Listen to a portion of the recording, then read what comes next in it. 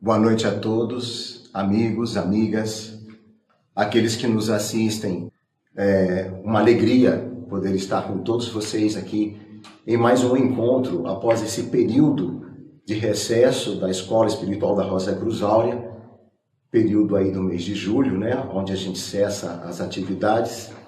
E agora estamos retomando essas nossas lives, onde nós trazemos um tema, discutimos um assunto e interagimos com o público pesquisador.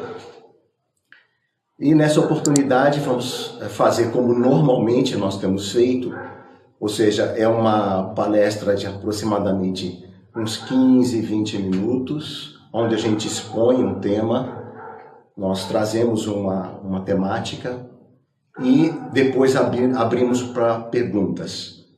Provavelmente vamos ficar aí algo em torno dos 40, no máximo 45 minutos do nosso encontro. Amigos, trouxemos nessa oportunidade um tema que é a virtude está no meio.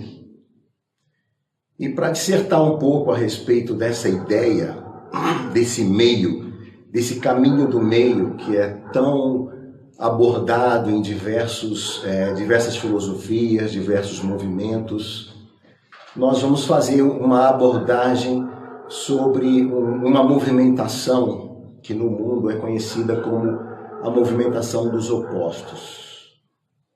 Para iniciarmos, nós gostaríamos de ler para todos vocês o subtítulo da nossa palestra.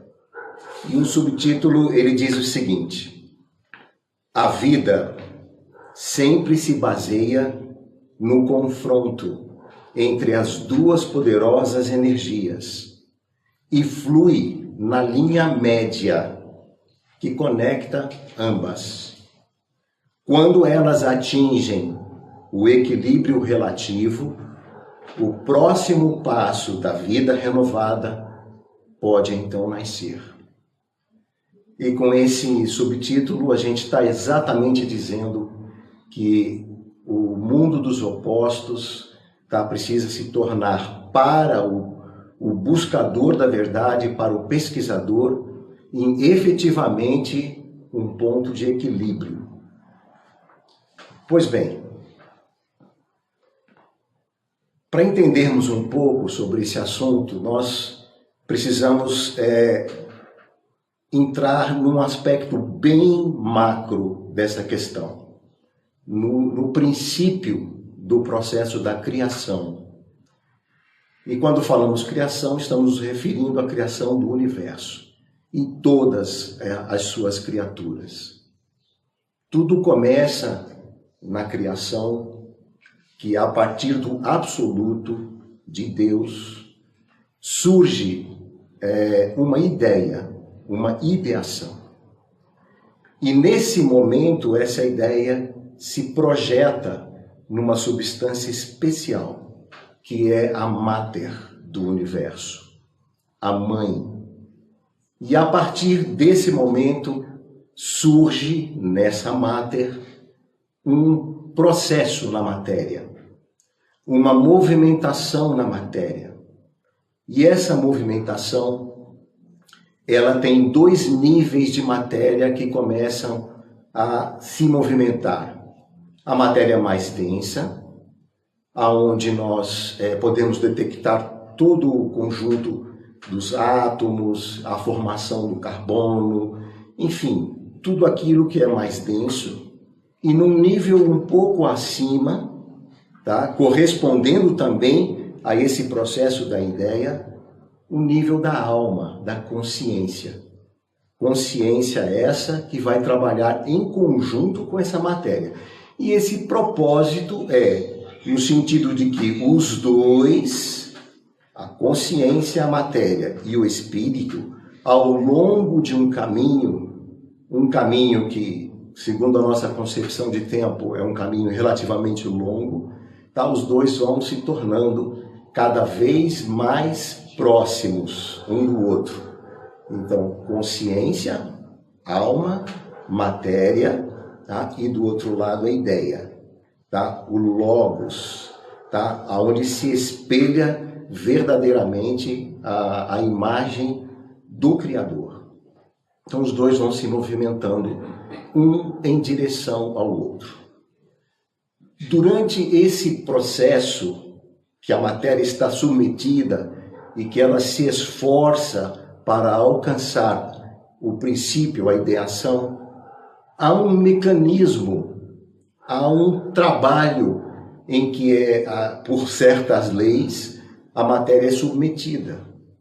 E esse mecanismo, através de um princípio de agrupamento e desagrupamento. Um princípio de consolidação, construção, consolidação, desconstrução e, novamente, uma nova etapa e assim por diante. Ou seja, a matéria vai passando por transformações. Ela vai evoluindo de degrau em degrau. Para que isso ocorra, do espectro de luz solar surge em nossa vida um conjunto de radiações, de luzes, tá? Que constroem essa vida. Nós chamamos esse espectro solar de Kundalini solar ou do espírito cétuplo divino. E no bojo desse espectro, desse conjunto de radiações que atingem o nosso mundo, que atingem a matéria, estão contidos muitas polarizações, muitos raios com polarização positiva e outros com polarização negativa. E podemos também detectar nesse conjunto as radiações que são conhecidas como infravermelho e ultravioleta.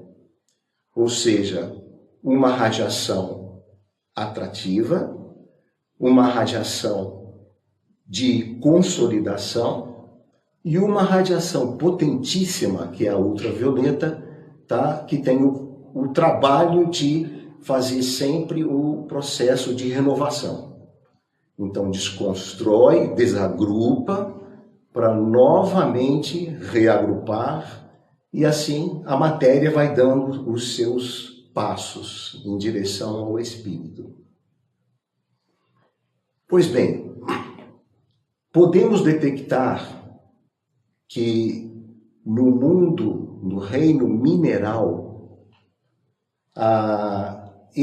essa polarização, esse mundo dos opostos, estes aspectos de transformação da matéria, o mundo mineral não tem nenhum problema com isso. Ou seja, a consciência que no mundo mineral, tá, que existe logicamente uma consciência que agrega todos os átomos, é uma consciência de um estado de sono profundo. Assim sendo, não há o menor problema em estar submetido a essa lei, a lei da desagregação e do reagrupamento novamente. Pois bem, numa etapa seguinte, na etapa que é conhecida como reino vegetal, aonde a consciência equivale a um estado de sono sem sonhos. Nesse estado, também não há nenhum problema para essa consciência e para essa matéria, para estes corpos, com relação ao mundo dos opostos, à polarização negativa e positiva. O reino vegetal não tem nenhum problema com estas transformações da matéria. Num nível um pouco acima, portanto, no nível do reino animal, aonde o estado de consciência equivale a um estado de consciência de sonhos, um sono com sonhos. Também não há nenhum problema em relação à movimentação dos opostos. Os animais se adaptam muito bem, não tem nenhuma questão em relação ao mundo dos opostos. Tanto é assim que quando, por exemplo, a gente vê no mundo animal a morte chegando para uma entidade, ele simplesmente vai para um cantinho, tá? E ali ele se entrega para um processo de renovação. Então é muito bacana a gente ver que não há uma luta com esse processo. Claro que existe a luta da sobreexistência, mas não é isso que nós estamos nos referindo. Estamos referindo às leis, tá, de agrupamento e desagrupamento da matéria, que vão elevar a consciência, devem elevar a consciência a um novo patamar. Pois bem, quando nós chegamos em relação ao mundo dos homens, aonde o estado de consciência saiu da condição de sonhos para uma condição de vívida, de realidade, de autoconsciência, aí o homem ganha o livre-arbítrio. Ele ganha a opção, através do seu mental concreto, de buscar estabelecer o que lhe é mais interessante, o que lhe é mais conveniente, e ele então faz escolhas. Então, o que nós vemos no mundo dos homens em relação a essa polaridade, a esse mundo dos opostos? Nós vemos o seguinte: nos aspectos mais concretos, mais objetivos, como, por exemplo, o dia e a noite, como, por exemplo, o calor e o frio, como, por exemplo, e aí podemos citar muitos outros que não me vêm agora à mente, mas esses aspectos mais objetivos, mais concretos, o homem até que aceita muito bem. Quando chega, por exemplo, na questão da morte do corpo físico, que é uma parte desse processo de desagrupamento e consolidação, então o homem já começa a ter problemas aqui. Ou seja, nos aspectos mais interiores, tá? Ele já começa a ter uma reação contrária a essas forças naturais que regem a condição de evolução dessa consciência humana. Então, ele resiste a isso e procura estabelecer uma série de questões para se perpetuar. Porém, quando saímos do nível mais material desse assunto para um nível um pouco mais sutil, a vida dos sentimentos, a vida dos pensamentos, que também devem ser submetidas a esse processo de dissolução e reconstrução, aqui então a coisa começa a complicar para a vida humana. Por quê? Porque o homem, ele simplesmente, por livre escolha, tá? Ele resiste. Por exemplo, tudo que é, de certa forma, um conceito adquirido, tá? Um conceito formulado, uma ideia. Essa ideia, dificilmente o homem abre mão dela. Então nós vemos aqui uma resistência do homem, um conservadorismo do homem em relação a isso. E os processos inerentes à renovação no mundo das ideias começam a ter bastante dificuldade de se desenvolverem no homem. A mesma coisa acontece, por exemplo, em relação aos seus pensamentos. Então, na vida de pensamentos, o homem ainda resiste mais ainda a esse processo. Ou seja, a minha ideia, o meu ponto de vista, a minha concepção das coisas, tudo isso virou um arcabouço, uma grande quantidade de imagens, pensamentos que vão se depositando no interior do homem, como se fosse, vamos dizer assim, uma sacola cheia de imagens, pensamentos que estão ali no subconsciente, no inconsciente humano. Todas elas carregadas com uma das polarizações, ou o aspecto de mantenedor, conservadorismo, ou um outro aspecto, um aspecto de renovação. Enfim, como o homem é criador, com o pensamento e com o sentimento, então ele fortemente influencia, tá, estes processos em si próprio. E aí, amigos, com isso, claro que de uma forma muito simples no princípio, mas com isso começou-se a construir no mundo o que é conhecido como bem e mal. Bem e mal, tá? São criações humanas em cima das polarizações dos opostos. No princípio era muito simples, porque a vida era muito simples. Porém, com o passar do tempo, com a movimentação do homem na sociedade, com a sua sofisticação, com o seu processo, por exemplo, de obter o lucro sobre tudo que ele faz, a vantagem sobre tudo que ele faz, então necessariamente a atitude correta que deveria ter sido feita acaba sendo substituída por uma atitude vantajosa, por algo que é do meu interesse, por algo que eu quero manter, sustentar.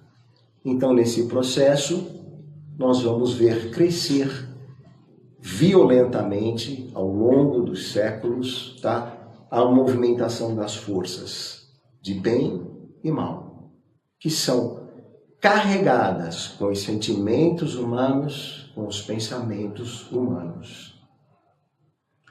Assim, amigos, constrói-se uma luta tremenda entre a sociedade, porque não é possível que todos, dentro desse aspecto da sociedade atual, possam conservar este estado de desequilíbrio entre essas duas atividades.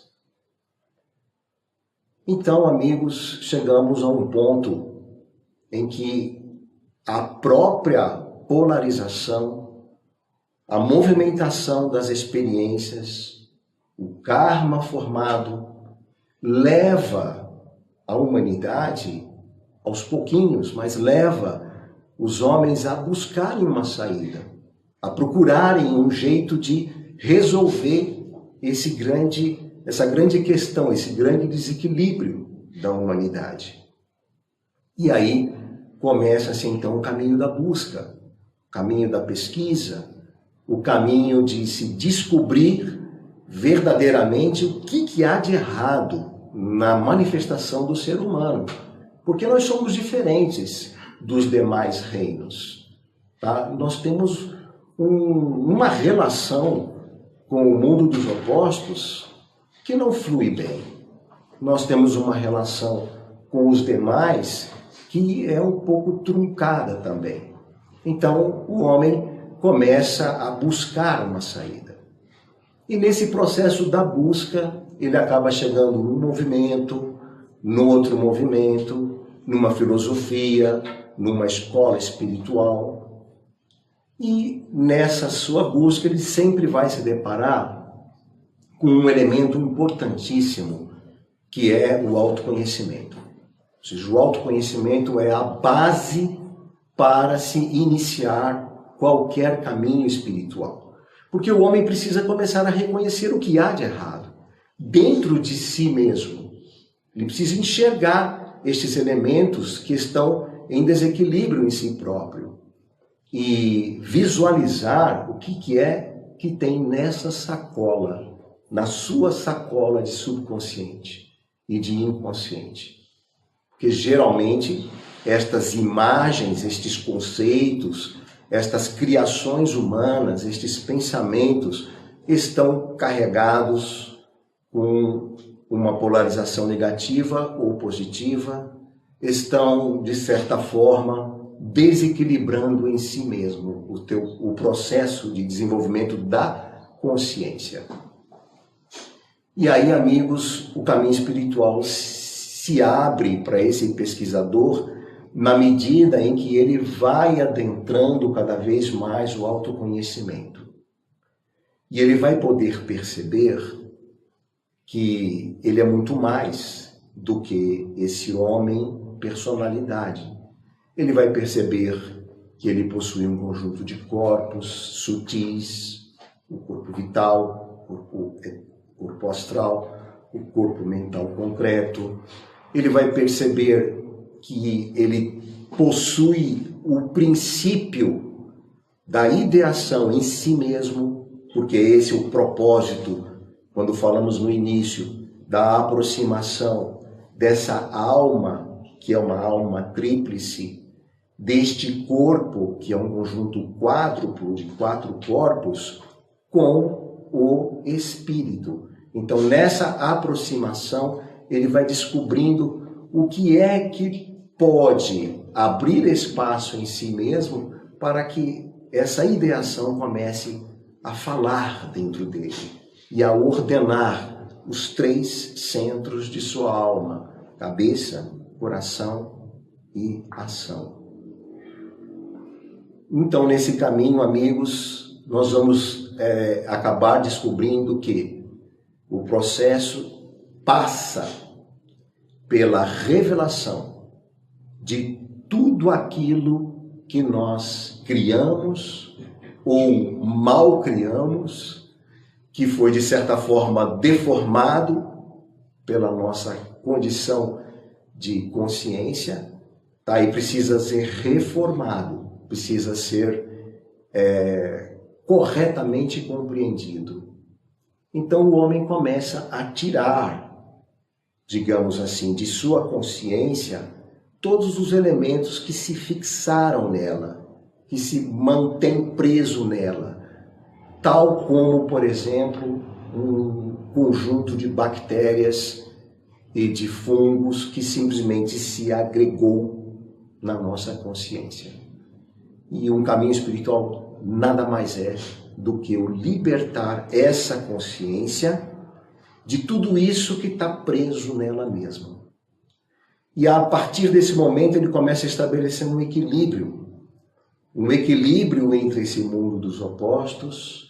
Ele começa a visualizar, a aceitar muito bem a movimentação dos opostos como algo inerente à construção da própria vida, tá? E nesse processo ele chega então, tá, a um equilíbrio e uma renovação.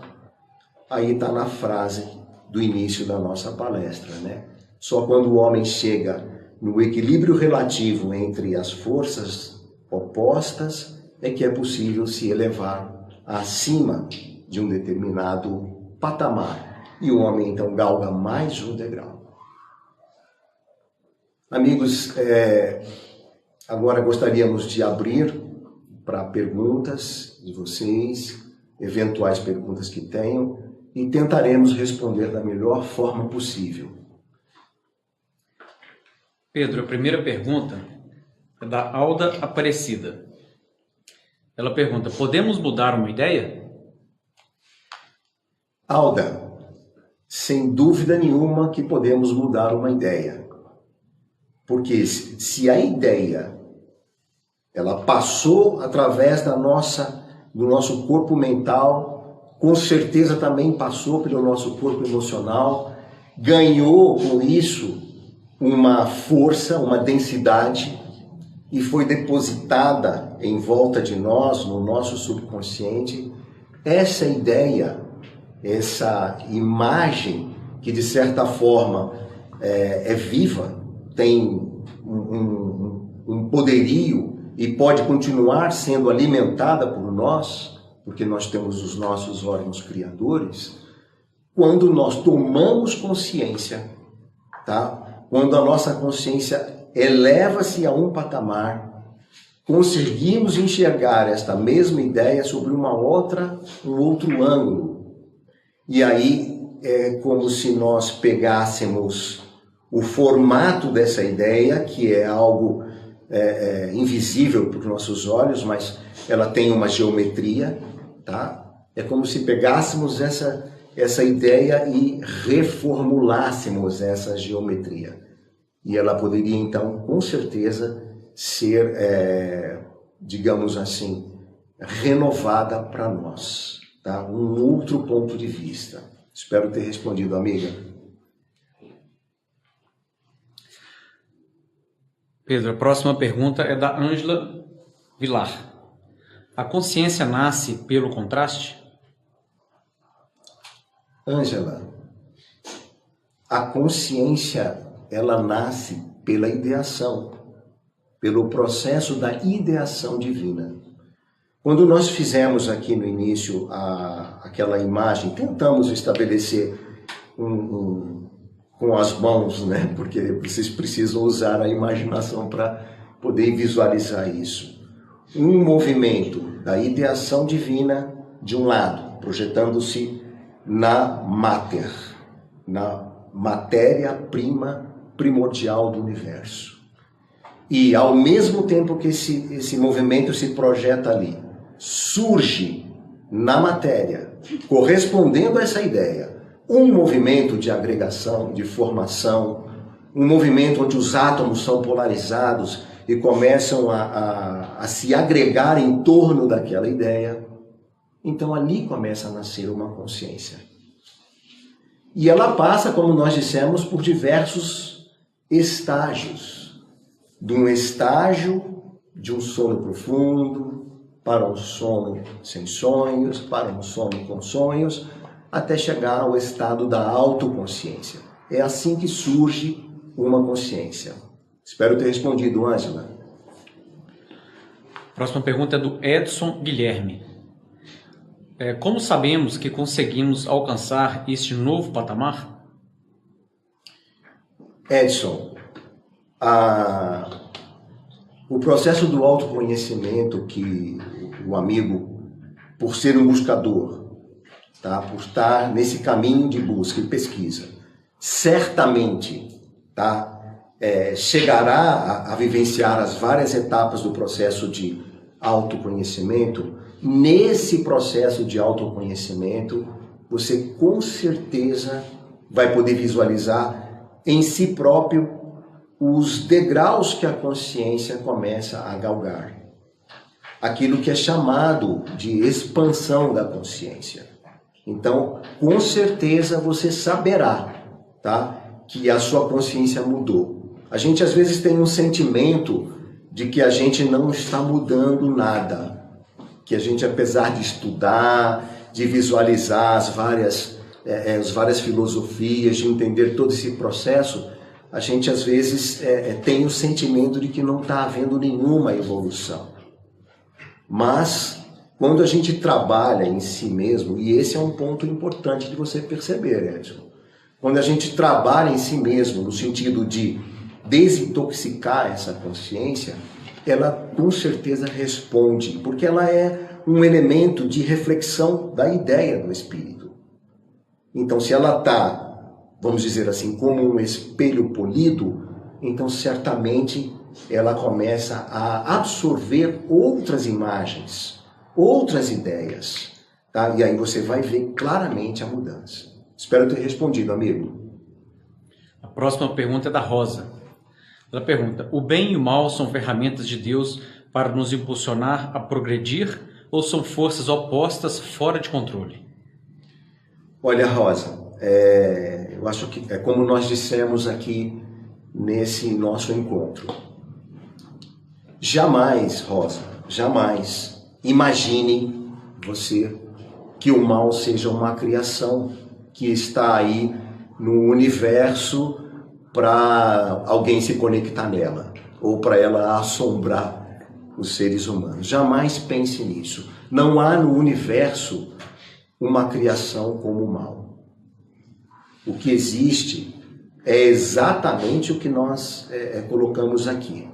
É que, diante das polarizações, diante do mundo dos opostos na qual nós estamos submetidos, polarização essa que tem um propósito, o propósito de fazer a matéria dar um passo além, a matéria dar a alma e o corpo, o conjunto corpóreo, darem um passo além no seu processo de desenvolvimento em direção à unificação com o Espírito.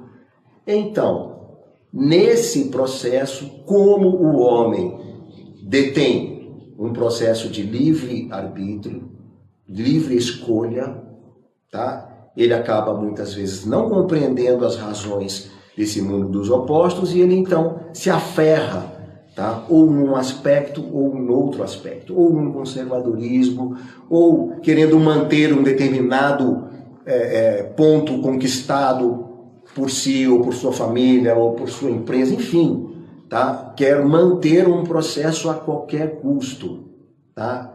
E aí começa o desequilíbrio. Então, o descontrole destas duas forças antagônicas, tá? É que verdadeiramente é o bem e o mal. E se você tiver lembrança, tá? De que no Gênesis tem uma passagem que diz: não comerás da árvore do bem e do mal.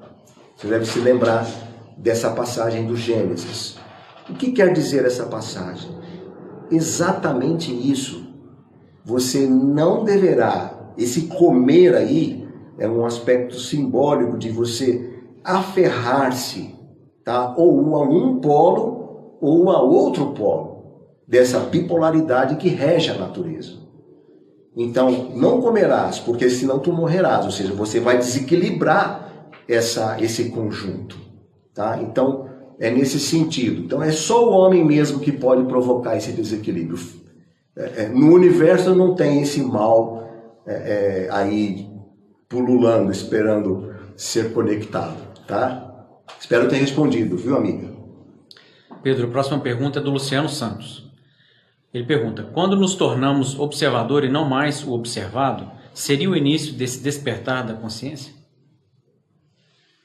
Olha, Luciano, o tornar-se o observador é um estado, tá, de consciência em que você já recebe um discernimento que começa a observar-se a si mesmo em primeiro lugar. Então, com certeza, o estado de observar-se a si mesmo, de verificar toda essa movimentação dos opostos em si mesmo, é certamente um degrau já de uma consciência mais elevada. Porque num patamar comum, o ser humano pouco percebe de si próprio, tá? Ele é verdadeiramente aquele que é vivido pelas criações, pelos pensamentos, ele só reage a isso. Mas o observador, ou seja, a consciência capaz de observar a si mesma, é um degrau, com certeza, de um degrau elevado da consciência. Espero ter respondido, amigo. Bom, a próxima pergunta, Pedro, é da Lilian Lovice. Ela pergunta: você falou dos reinos, mineral e vegetal no começo. Gostaria de saber se esses reinos têm evolução e se um ser humano pode renascer como animal ou vegetal. Olha, Lilian, com certeza, tudo que é criado no universo tem um propósito, tem um desenvolvimento. Com certeza absoluta, tá? Não haveria o menor sentido, tá, em haver um estado, por exemplo, do reino mineral, onde aquela consciência, porque existe uma consciência, o fato do mineral estar agregado, das moléculas, dos átomos estarem todos agregados ali, é porque certamente há uma consciência ali, tá? Há um elemento agregador, tá? Então, aquele estado, ele precisa, sim, com certeza, também passar por desenvolvimentos. A nossa relação de tempo e de espaço é muito complicada, tá? E aí a gente não consegue nem imaginar o tempo necessário para que aquela consciência se movimente para um outro patamar. Agora, quando passa do mineral para o estado vegetal, tá? Que é uma evolução do estado de consciência, do vegetal para um estado animal. Do animal para o estado hominal, a consciência do homem, tá? Ela verdadeiramente, ela chegou num patamar onde agora é necessário única e exclusivamente que ela se descole das próprias criações, que ela se desgrude de suas criações, porque nós estamos identificados com as nossas criações. Então, não há como imaginar que esse estado de consciência hominal, que requer um determinado estado corpóreo, tá, possa estar voltando, tá, regredindo para um estado de consciência animal. É um processo que sequer a gente pode imaginar. Tá? Vamos pensar para frente, né? Vamos mudar a consciência para frente. Espero ter respondido, amiga. A próxima pergunta é do Everton. Ela é até um pouco mais extensa, que ele faz uma colocação. Ele diz que acredita que o problema de se fazer uma escolha é justamente o que decaiu a humanidade. Lembrando que as polaridades são exatamente a dúvida qual como é o equilíbrio da própria criação como um todo. A desarmonia observa-se também na pirâmide alimentar. Vivida nos atuais tempos, aqui na Terra, pode nos remeter ao nosso ego. Ou devemos manter a ideia de que o fim é de polaridades? Não devemos observar as polaridades como desarmonia caótica e de existência oportuna? Esse é o Everton. Everton, sua pergunta é bastante extensa. Se a gente não conseguir responder todos os pontos que você colocou, a gente espera ter uma oportunidade. Você pode passar nos e-mails da Rosa Cruz, enfim. Acho que é importante, em primeiro lugar, a gente diga o seguinte, tá? Quando você fala assim, é porque a humanidade decaiu, né? O que acontece aqui é exatamente o seguinte: num determinado processo da transição da consciência do homem, que vinha de um estado de alma coletiva, portanto de consciência coletiva, e se individualizou para ganhar autonomia, para ganhar autoconsciência. Esse processo de tomar essa autoconsciência, para muitas entidades, é um processo mais longo, é um processo mais moroso. Por quê? Porque ele não tem maturidade ainda para compreender, tá? Que ele cria, tá? E o que ele cria, tá? De certa forma se agarra, porque exatamente ele cria em cima das polaridades. Então, torna-se um lastro para ele, torna-se um peso para ele.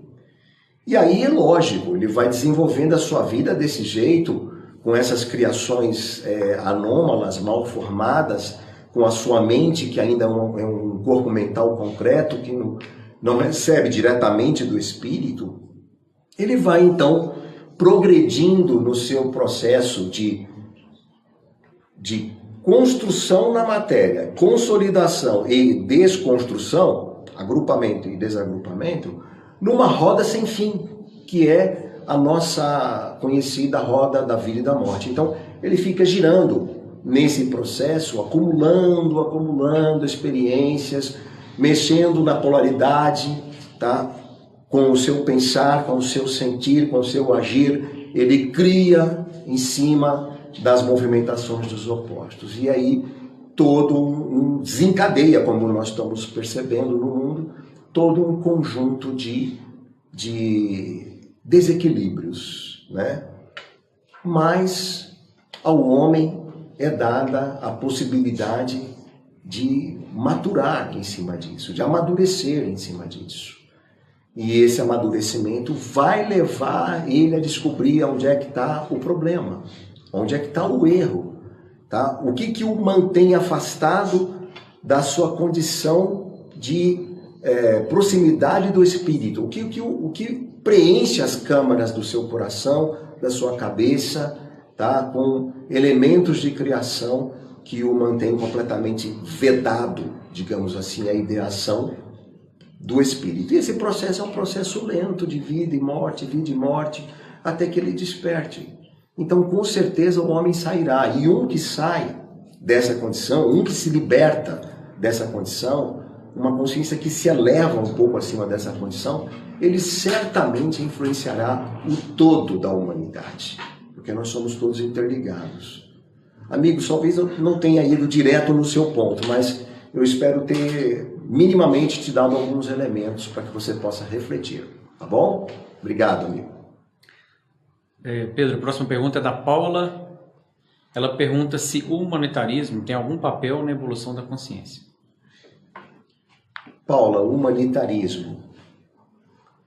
Se tem algum papel Olha, tudo aquilo que nós criamos, tá, seja para o bem desse mundo, seja para o mal desse mundo, que são os aspectos negativos, tudo isso que nós criamos nesse mundo tende, tá, a elevar cada vez mais essas polarizações. Então, esse processo do humanitarismo é um processo que a gente precisa enxergar com uma ótica muito profunda. Uma coisa, Paula, é você ter no coração um elemento, tá, de respeito, de amor, tá, de querer auxiliar o outro. Tá? Isso é nato de você, isso está na sua natureza, está no seu coração. E a outra coisa é a gente tentar resolver esse desequilíbrio do mundo dos opostos, tá? Provocado pelo ser humano mesmo, colocando mais lenha de um lado ou do outro lado. Então, digamos assim, cultivar isso, tá? Elevar acima do que é natural, colocar uma série de atividades, construir essas atividades, cultivá-las para exercer o bem nesse nível de um processo que começa a levantar a balança do outro lado, que é o equilíbrio das duas forças opostas. Com o passar do tempo, você vai perceber exatamente a essência destes pontos, Paulo. Eu espero ter respondido minimamente isso. Próxima pergunta é da Cássia Pita. Ela pergunta: como lidar com as dificuldades de convivência quando começa a mudar? Fica tão difícil? Como lidar, Cássia, com as dificuldades da vivência, que quando a gente começa a mudar, fica mais difícil a relação com os demais. Imagino que seja isso que você esteja perguntando, né? É certo, viu, Cássia, que quando nós damos um passo importante no desenvolvimento espiritual, e esse passo ele eleva a consciência para um outro patamar, a gente começa a enxergar, tá, com mais profundidade, tá, todas as questões que envolvem não só interiormente, mas exteriormente. E magneticamente falando, tá, vibratoriamente falando, o nosso sangue, que é parte da nossa consciência, os nossos elementos que compõem a alma começam a vibrar também mais elevadamente, porque a consciência está se levantando, está se elevando, né? Então aí nesse ponto, amiga, há sim algumas questões que às vezes se confrontam com um ou com outro, com uma ou com outra pessoa, tá? Algumas questões que de repente não são compreendidas na nossa posição e etc. Como lidar com isso? Neutralidade total. Neutralidade e amor. Amor para com todas as criaturas. Nós não temos problema, por exemplo, em lidar com um animalzinho que a gente sabe muito bem que tem uma limitação de consciência, tá? Não temos o menor problema em lidar com ele. Também não devemos ter problema em lidar com ninguém, tá? Porque se há, em algumas circunstâncias, alguma limitação de consciência, primeiro, a gente não está aqui para julgar isso. E segundo, Nós temos que abarcar essa pessoa com amor. E se a relação não flui bem de qualquer maneira, mesmo com todo o carinho que você queira, se não flui bem, então neutralidade. Tá? Neutralidade, mantenha-se tranquila, neutra, tá? Sem reação com essa pessoa. Espero ter respondido, amiga. A próxima pergunta, Pedro, é da Marília Castilho. Ela pergunta: gostaria de saber como se comporta uma pessoa desperta, como ela age, quais são os sintomas, para identificarmos uma pessoa desperta. Bom, Marília, eu imagino que você esteja se referindo a uma pessoa que despertou um estado de consciência onde ela consegue enxergar a si mesma. E o fato dela enxergar dá a ela a possibilidade dela trabalhar em si mesma, ou seja, dá a ela ferramentas, discernimento, para que ela possa enxergar os elementos que ela precisa trabalhar em si mesmo, desconstruir, descolar, né, de sua consciência estes, alegoricamente falando, estes fungos e bactérias que se agregaram, estes pensamentos e sentimentos que se colaram aí. Então, essa pessoa, tá? É muito difícil falar para você que ela tem uma característica específica, que ela tem um comportamento específico. Porque cada um é cada um. Porque apesar de tudo, apesar do estado de consciência de uma pessoa, ela também carrega as suas características como personalidade. Então, às vezes a pessoa se torna mais introspectiva, outro se torna mais alegre, mas acho que um elemento que de certa maneira está em comum com todos, tá? Desses seres despertos, tá? É um elemento de compreensão, de harmonia na vida, onde tudo aquilo que a pessoa realiza, de certa forma, é harmônico. Um elemento de amor com tudo, com todos os seres, com todas as criaturas, com tudo ao seu redor.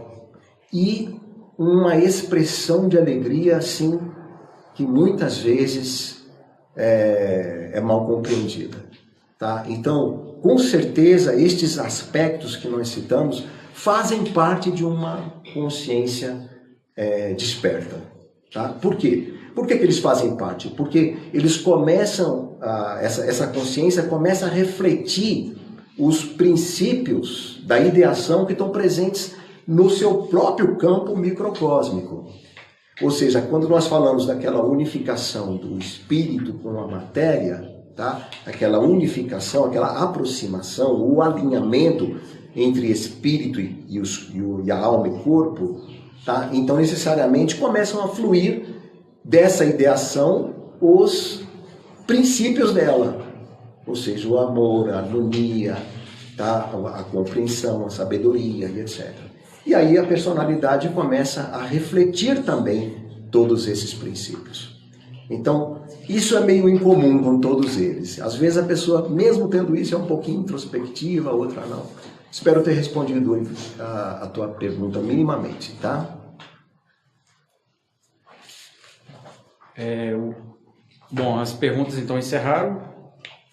A gente só vai passar aqui um agradecimento do Fernando Castilho, que está assistindo essa palestra lá de Cali, na Colômbia, e está fazendo um agradecimento. Olha, Fernando, é legal a gente saber que a palestra está aí na Colômbia, tá? Eu acho que ela também está em outros países, tá? Há países que têm facilidade com a nossa língua, que assistem regularmente essas palestras, tá? E é uma alegria saber que você está aí compartilhando e, de certa forma, agradecendo também, né? A gente espera que possamos nos reencontrar em outras oportunidades também, tá, Fernando? Então, nós é que agradecemos a sua participação, a sua presença, tá bom, querido? Bom, amigos, nós, de certa forma, encerramos com essa nossa palestra, tá? Então, nós encerramos nesse momento. E gostaríamos, assim, de dar a boa noite a todos vocês e esperamos ter podido acrescentar alguma coisa, tá, à vida de vocês com essa mensagem, tá bom? Então, boa noite a todos e até a próxima reunião nossa, que acontecerá daqui a 15 dias.